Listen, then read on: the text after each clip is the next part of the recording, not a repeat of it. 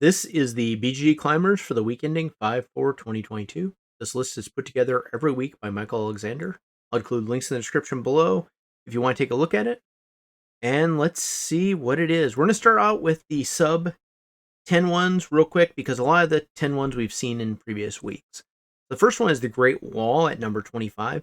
So this game is currently on GameFound for a reprint. I think the reprint's doing really well.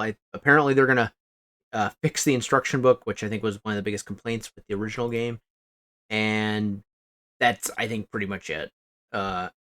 Actually, the rating here is a little bit lower than I expected. I fully expected this thing to easily get into the top 200, if not the top 100. Probably after this reprint, it's going to have the chance to, but it may not be a sure thing like Nemesis and Nemesis Lockdown are looking to be. But let's see. I know the reprint is, I think, doing better than the initial Kickstarter. So this thing has a good chance to get a bunch more copies out there. Crew Mission Deepsea, already at 71. It's going to continue to climb. It's not going to enter the top 10, but it will probably be in the top 50. Welcome to the Moon. I really like Welcome to. I hope this shows up on Board Game Arena. I think the Welcome to on Board Game Arena is great. I think Welcome to is probably my favorite roll and write game, and Welcome to the Moon is supposed to be better. I kind of like the theme a little bit more, or at least the graphics design of it.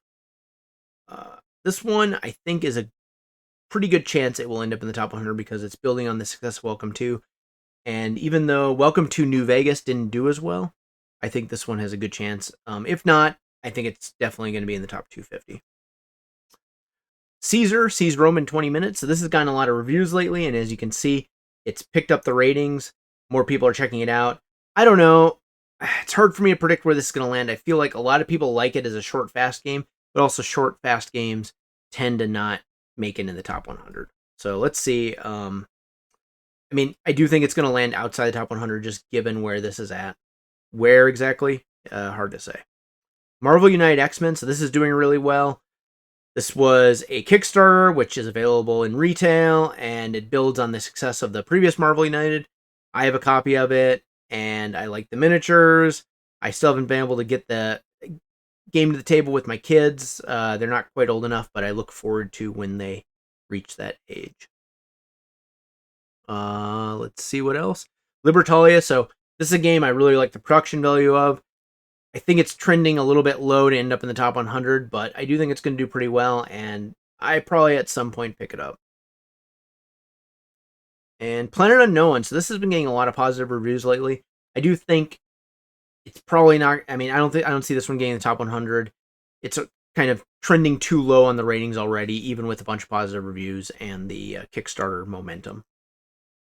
Longshot the Dice Game. So this has gotten a bunch of positive reviews as well recently, especially the shut up and sit down one, which tends to boost its ratings for a short term. It's trending a little bit down. To me, it looks like a good game, but not one that I would pick up for myself or my game group. And Great Western Trail 2nd Edition is obviously going to end up in the top 100. It probably will end up in the top 10, I think. Although maybe if one of the new versions of Great Western Trail comes out, it may be eclipsed by that. So number 10 is Azul Queen's Garden. So this is the latest Azul version. Again, the production looks really good for an abstract game. It's just, there's been a lot of Azul games. This is probably also it'll probably land in the top 500 games, and like many other of the Azuls.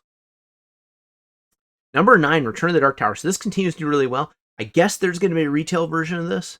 I don't know if it differs from the Kickstarter, but my gut feeling on the fact that I guess there's going to be some retail release or some availability, I feel like this is probably going to end up, if not in the top 100, and definitely in the top 200 games. I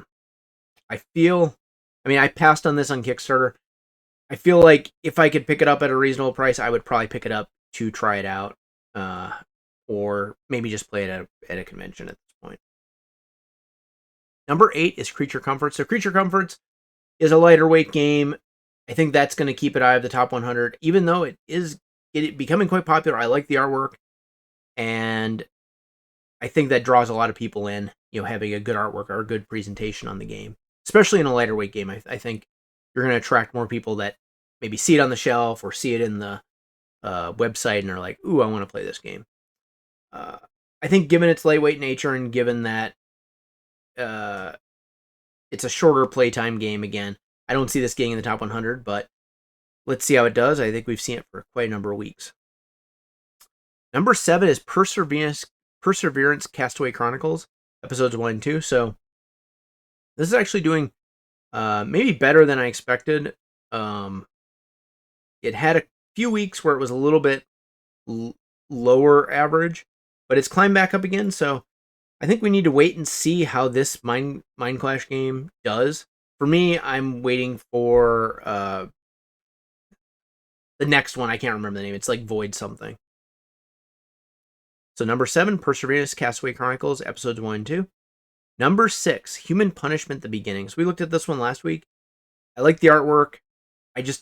I'm not getting the sense that this is going to end up in the top 100. I don't even know at this point if it'll be in the top 500, given that it, even with the Kickstarter backing, it started out in the mid-7s. It is getting closer to 8, which is good, but still, it's going to be hard to propel it to those higher ratings at this point. So that's number 6, Human Punishment: The Beginning. Number 5 is Wonderland War. So this is a game where I guess I saw someone say it's Quacks meets area control. And I think that's a good description of it. I think the artwork is amazing. Most of the production is really good. I guess there were a couple complaints about the game, which I think are valid, is the cleanup. It does take a while. There's a lot of pieces. It's not really, I wouldn't say it's fiddly by any means, but there are a lot of pieces with any bag building game because you have all the pieces from the bags.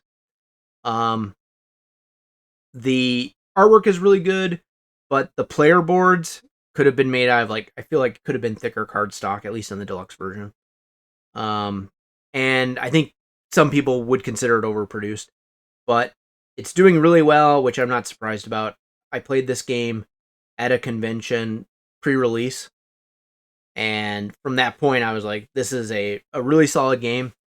My only complaint might be is the playtime is a little bit long, but the people I played it with, everyone seems to come away really liking the game and liking the fact that you're engaged most of the time. There's very little downtime, and even though it lasts about 2 hours or 2.5 hours with 4 players, I feel like it's okay for this type of game. Probably if you played it 3 players or you played it, many times, you could probably get it down to 2 hours or consistently under 2 hours, which is not bad. So that's number 5, Wonderland War. Number 4 is Gloomhaven Jaws of the Lion. So this has been trending around 4 and 5 recently. It's back up to 4.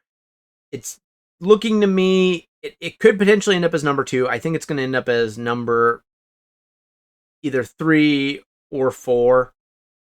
Just because to get up in there, you need a lot of ratings. And it looks like Brass Birmingham is probably trending on its way to number 2, potentially, if it gets enough ratings. So this is number 4, Gloomhaven Jaws of the Lion.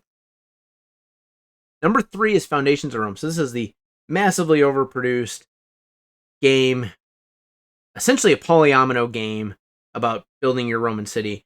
It looks amazing. It's huge. I personally plan to play it at a convention or use someone else's copy.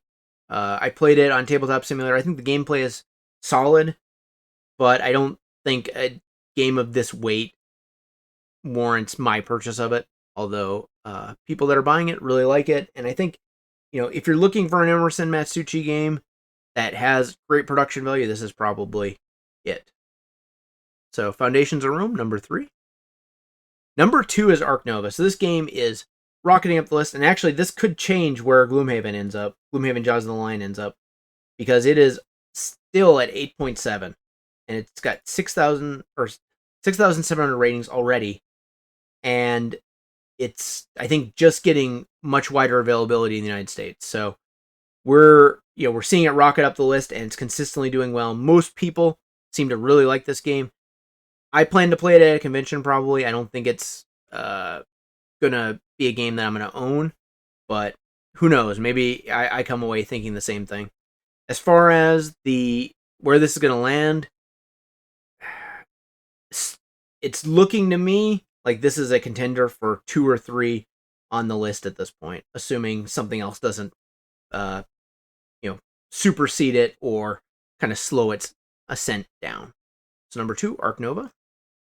And number 1, The Thing, the board game, which I guess it should have been, it should have maybe been The Thing board game. I don't know. Who knows? It's picking up a little bit of speed here. So we looked at this last week. Maybe the Thing theme, a lot of people are interested in, or it could just be a lot of Kickstarter games when you get a little bit of a bump, or because the people very excited about it get to the table right away, and obviously they're going to be the ones that most of the time tend to like the game. So it's hard to predict where this is going to end up. I guess we will see in the coming weeks. So there you have it. That is the BGG Climbers list for the week ending 5/4/2022. If you like this video, please like and please subscribe. Thank you.